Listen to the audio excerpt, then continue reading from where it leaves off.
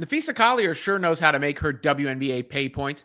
Just reference Caitlin Clark. She obviously did that in the midst of her feud with Commissioner Kathy Engelbert, claiming that Engelbert said Clark's endorsements were a result of the WNBA platform. Of course, Engelbert denies that. Collier has brought Clark up again, this as part of the Glamour WNBA series. And in this case, Collier's talking about the insane pay that Clark gets from the WNBA relative to the money that she's bringing in. Obviously, Clark is the best example to use because no one is driving more views, more attendance, or more revenue.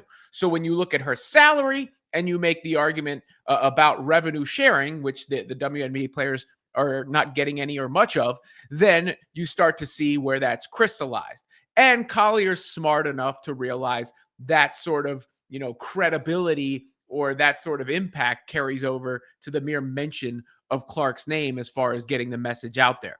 And you see that once again through the quotes here. This is what Napheesa had to say. The amount of money that Caitlin Clark has made the league is insane, and she's getting 0% of it because we have no revenue share. She gets less than $80,000 a year, and she's bringing in like hundreds of millions of dollars. Insane.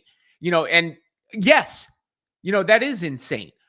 This is all a little bit more complicated than it seems on the surface, of course. I brought this up before. The ownership pie in the WNBA is not clear cut. It's not like you get half the pie, we get half the pie, because the NBA has such a large ownership portion, as do the WNBA owners, as does a fairly significant portion of private investors who helped give the league a capital boost when it really needed it. Because this renaissance or this, league explosion is a relatively new phenomenon. Now, a lot of that came from Caitlin Clark, which also complicates things if you're being fair about the analysis. I joke those pay us what you owe us shirts could say pay us what you owe her. And that is part of, the argument that I could see coming up in this is how sustainable is all of this versus how much of it is based on one player. Because if I'm the league, I would be arguing against the players as a whole based on the value of the one player. Now, the players as a whole can start to point to the other numbers. The fact that the ratings this year went up across the board, even though Clark was injured for a large portion of it. And a healthy league. I mean, I hate that Kathy Engelbert would always invoke the idea of Caitlin Clark getting hurt in her interviews, but the premise of it is correct, that like a healthy league beyond right now is predicated on more than one player. The player is the catalyst for it.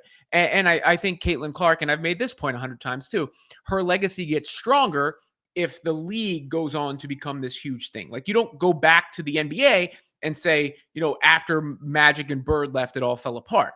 Or after Michael left, it all fell apart. Some people will say that, but it's still there. It's been around a long time. There have been other stars who have come along, Shaq and Kobe and LeBron and Steph Curry. And that is the transformative hope here. And I think you've already seen it to a certain degree, where a name like Napheesa Collier holds so much more weight than it would have in the past. A name like A'ja Wilson holds so much more weight than it would have in the past. The upcoming names, the new names, Paige Beckers and Juju Watkins, so on and so forth. You get the point. But Collier is also a businesswoman in the sense that she has helped to co-found Unrivaled. And with Unrivaled, they know they've been trying to get Caitlin Clark. They try to get Caitlin Clark. They know that her value exceeds the value of every other player.